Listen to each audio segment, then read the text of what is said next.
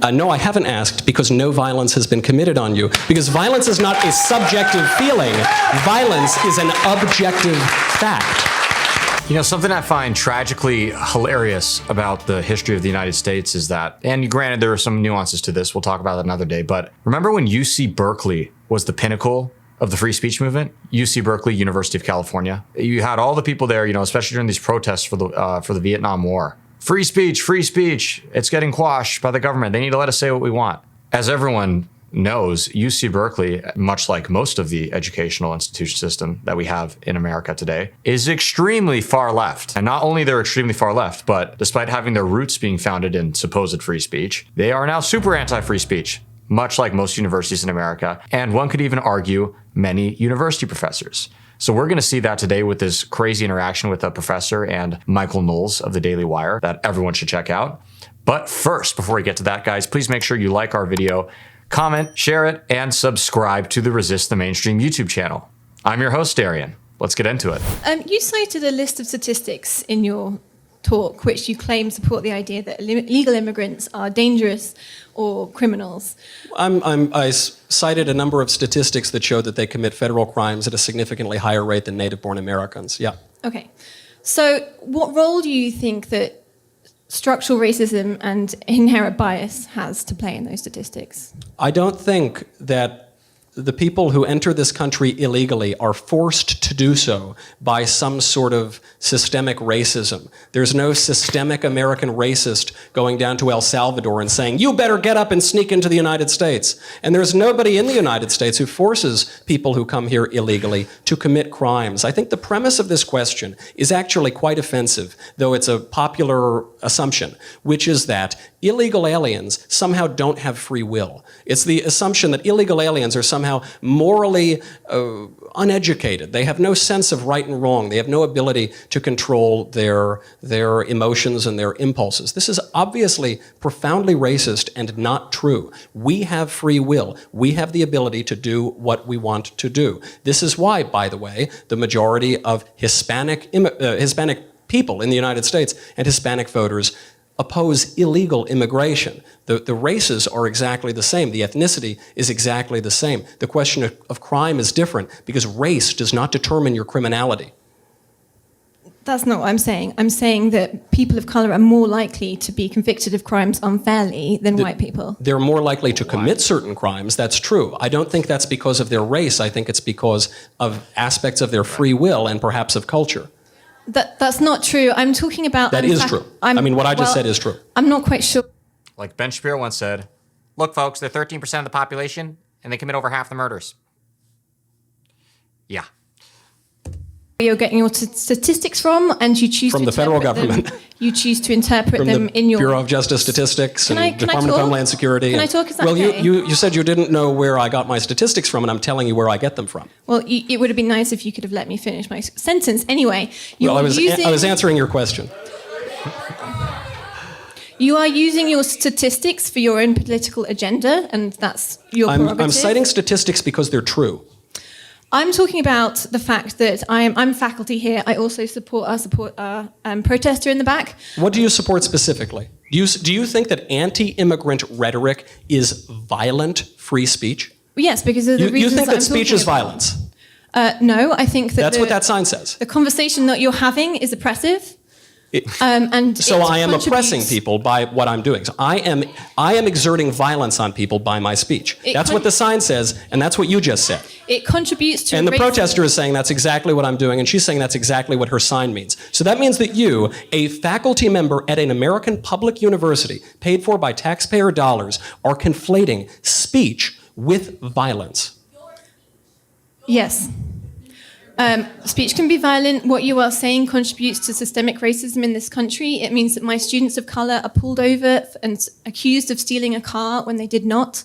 I'm not pulling anybody over for stealing any cars. I see many people of many different races in this room. They all seem to be doing just fine. I don't think any of them have felt violence because they listened to a lecture on basic facts about our immigration system. Just a couple of quick things there. So that's scary, okay? This is, as Knowles pointed out, a public school. So federal law, in theory, is supposed to force public universities to allow for free speech. This lady is a professor at that school, and she doesn't even believe in free speech herself. And as she's saying, speech can be violent, which is, I mean, that's insane. Violence obviously involves physical force by definition. So talking, saying facts and inconvenient truths that people don't like is not violence, despite what she's trying to say. So that's a little scary. I can't help but notice she's not, she's that accent of hers. She clearly, at the very least, did not grow up in America, probably. So a lot of people don't know this, but the United States is actually one of the only countries in the world that guarantees free speech as a right, at least in theory. Again, that's a conversation we talk about later. But in the United Kingdom, there is no right to free speech. And so, yeah, I don't know. I'm just saying there is a constitution here, and you are supposed to follow it, especially if you work at a public university. So to that professor out there, if you're watching, might want to brush up on that. Anyways, let's keep going. The question was, have I asked people in this room if they've felt as though some violence has been committed on them? No, I haven't asked, because no violence has been committed on you. Because violence is not a subjective feeling. Violence is an objective fact.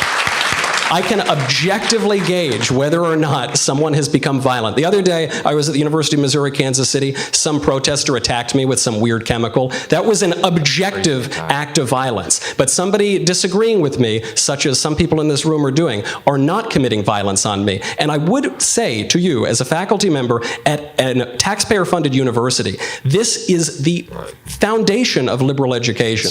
If you cannot understand that there is a difference between speech and violence, you don't understand anything that undergirds the liberal arts or liberal education. And that is a real shame.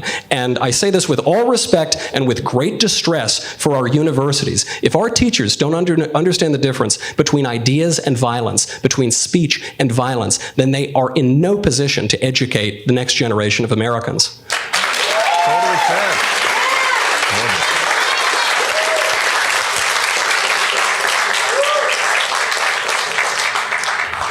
I've been to art school for 8 years. I understand liberal arts extremely well. I am an artist, and I fully I don't think you do. I'm sure you've been to art school for 8 years, but you do not understand the liberal arts. holding up a sign which says disrupting speech is fascism. You are No, the sign says that one, disrupting speech. Yeah. But yes, you understand? Yes, these people who are yelling are disrupting my speech, and I agree, it's fascism.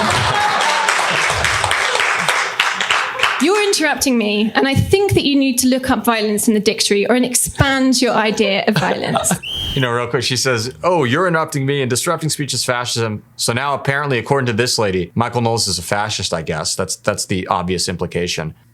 Last I checked, she was the one who was literally saying speech can be violent. In other words, because you talk in a way she doesn't like, you're exerting violence. Well, what does that imply? That implies violence can be used to stop you, and justly so. So Knowles is a fascist? Okay. Let's keep going. Hold on, I'll look it up right now. Hold on a second. Let me look it up. Let's see. Violence definition. Hold on. Violence definition. So you're saying that violence can be speech. Oh, my Wi-Fi went out. That's too bad. I'll look it up later. I'll post it on my Twitter. Violence is not speech. Let me say it again. Violence is not speech. Let me say it for all the professors in the room. Violence is not speech. Speech is not violence. Well, that pretty much wraps it up. Something that lady mentioned that in regards to the violence, you know, speech can be violent sometimes. She didn't use this term, but I'm sure she would gladly, as I've heard it myself in university before. I think of microaggressions, where certain ways you talk and certain questions you ask and certain assumptions you make or what have you can be interpreted as an aggression. Well, what does aggression mean? That kind of suggests violence. And I remember very specifically, I saw this pamphlet that during university when I was unfortunately a student there that talked about potential microaggressions and what they might be. One of them was asking, where are you from? And the implication was that somehow you're, I suppose, being racist by asking where someone's from. Okay, first of all, when I ask someone where they're from, I'm just curious, like literally where they're from. It could be another state. Okay, so am I being racist to that state? I mean, obviously, that would be ludicrous to suggest. But even if, let's say hypothetically, someone is asking where are you from, and they ask that because they're curious about that person's, say, ethnic heritage or potentially different national origin, whether it's with them or their parents or relatives who brought them up, that just shows curiosity. That's literally it. If anything, it's a positive thing. They're trying to learn more about the person. So, you know, I think that's an important thing to remember. This whole speech is violence thing is nuts. All that aside, I hope you guys enjoyed the video. That was quite a crazy interaction, clearly, but we made it through it and we're still here. So thank you guys so much. As always, please comment down below. Tell us what you liked, what you want to see in the future, all that jazz. Thanks so much, all. Peace.